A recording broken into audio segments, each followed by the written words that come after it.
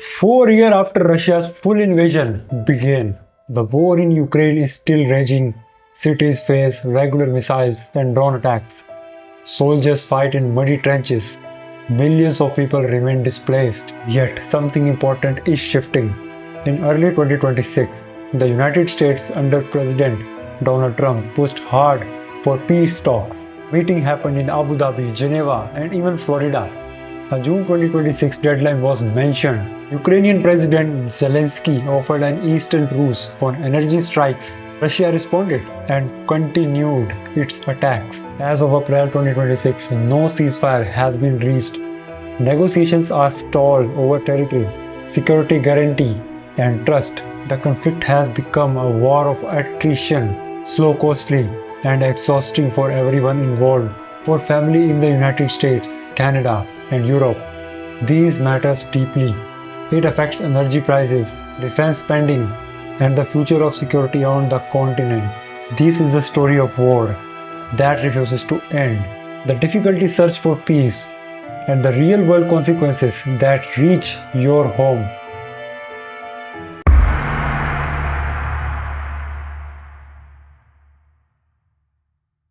Russia launched its full-scale invasion in February 2022.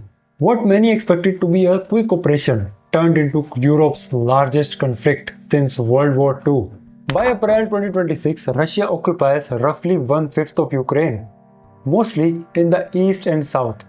Intense fighting continues around the cities. Both sides have suffered heavy losses. Estimate runs into hundreds of thousands of soldiers killed or wounded. Ukraine has shown a remarkable resilience.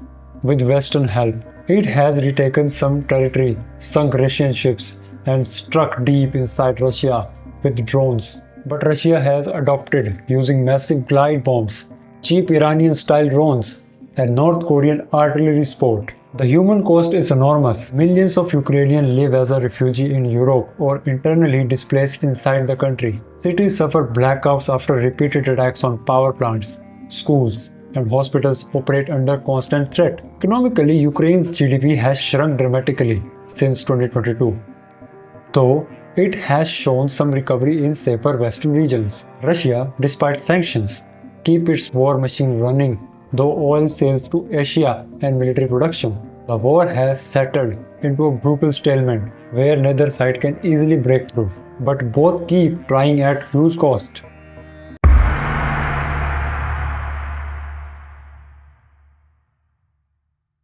When Donald Trump returned to the White House, he promised to end the war quickly. His administration launched intensive diplomacy. Talks began in late 2025 and continue into 2026. Rounds took place in Abu Dhabi and Geneva. US teams, sometimes including figures close to Trump, shuttled between Kyiv and Moscow. A 20-point or 28-point peace framework was discussed, including possible territorial arrangements and security guarantees for Ukraine. February 2026, talks in Geneva were described as difficult by Ukraine but showing meaningful progress by Washington. Prisoner swaps, advanced ideas for monitoring a future ceasefire were explored. Trump set a June 2026 deadline for a deal, warning both sides of pressure if missed. Zelenskyy said he was ready for compromise except those harming Ukraine's sovereignty and dignity. He proposed an Eastern truce to stop strikes on energy infrastructure. Russia has been more cautious. Moscow insists on keeping the territories its control and limits on Ukraine's future military. Direct talks between Putin and Zelenskyy have not happened. Several planned trilateral meetings were postponed, partly due to the escalating conflict in the Middle East. As of April 2026, the process is stalled but not dead. Humanitarian exchanges continue. The big questions, border, NATO memberships for Ukraine, and for long-term security remain unsolved.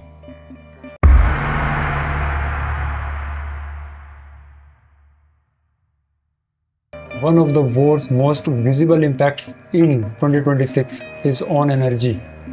Russia has launched thousands of missiles and drones at Ukraine's power plants, substations, and grid. Nuclear power plants have reduced output.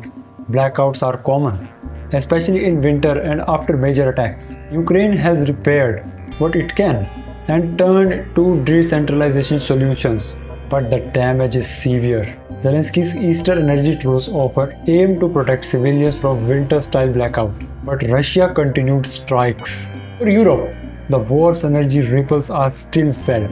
After cutting Russian pipeline gas sharply since 2022, the European Union diversifies to LNG and renewables, yet prices remain higher than pre-war levels. The conflict has taught Europe hard lessons about energy security. Attacks on Ukraine's grid show how vulnerable modern societies are to targeted strikes. European leaders are accelerating electrifications, renewables, and grid upgrades, seeing Ukraine's experience as warning. Meanwhile, global events like tensions in the Middle East new pressure on oil and gas supplies, making stable energies even more important.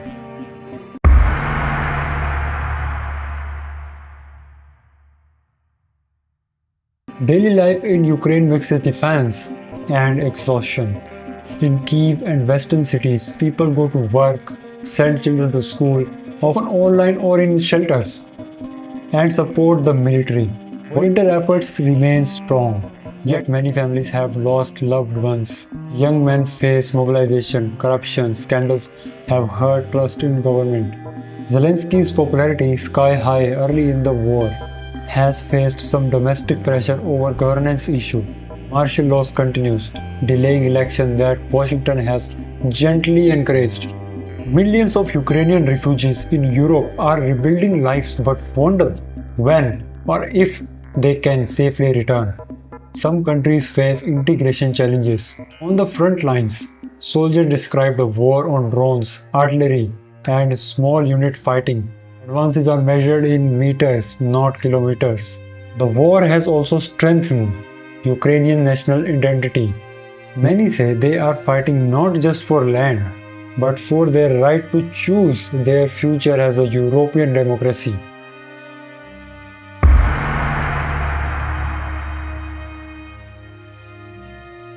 The United States, under Trump, has reduced direct military aid while pushing Europe to do more. European countries have stepped up, providing billions in support, training, and weapons. NATO has strengthened its eastern flank. Debates continue over long-term spending and strategy.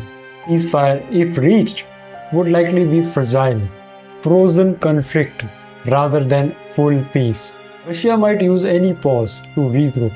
Ukraine would need strong security guarantees, possibly short of full NATO membership, to deter future attacks. For ordinary people in United States, Canada, and Europe, lower energy prices and stable food supplies depends on ending the fighting. Defense budgets are rising, affecting taxes and public services. The president matters. If aggression succeeds, other regions could face similar risks.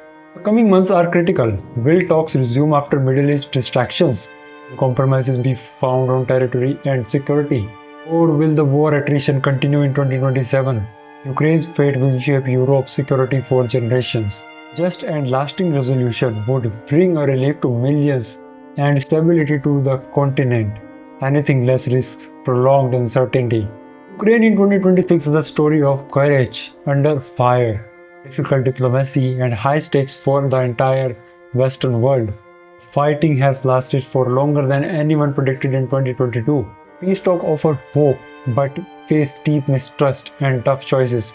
Energy security, refugees flows, and defense needs affect daily life for beyond Ukraine's borders. A negotiated end that respects Ukrainian sovereignty and provides real security could bring stability. Continued stalemate risks more suffering and higher cost for everyone. The world is watching. Smart, patient leaders from all sides will determine whether 2026 becomes the year the guns finally fall silent, or just another chapter in a long, painful conflict.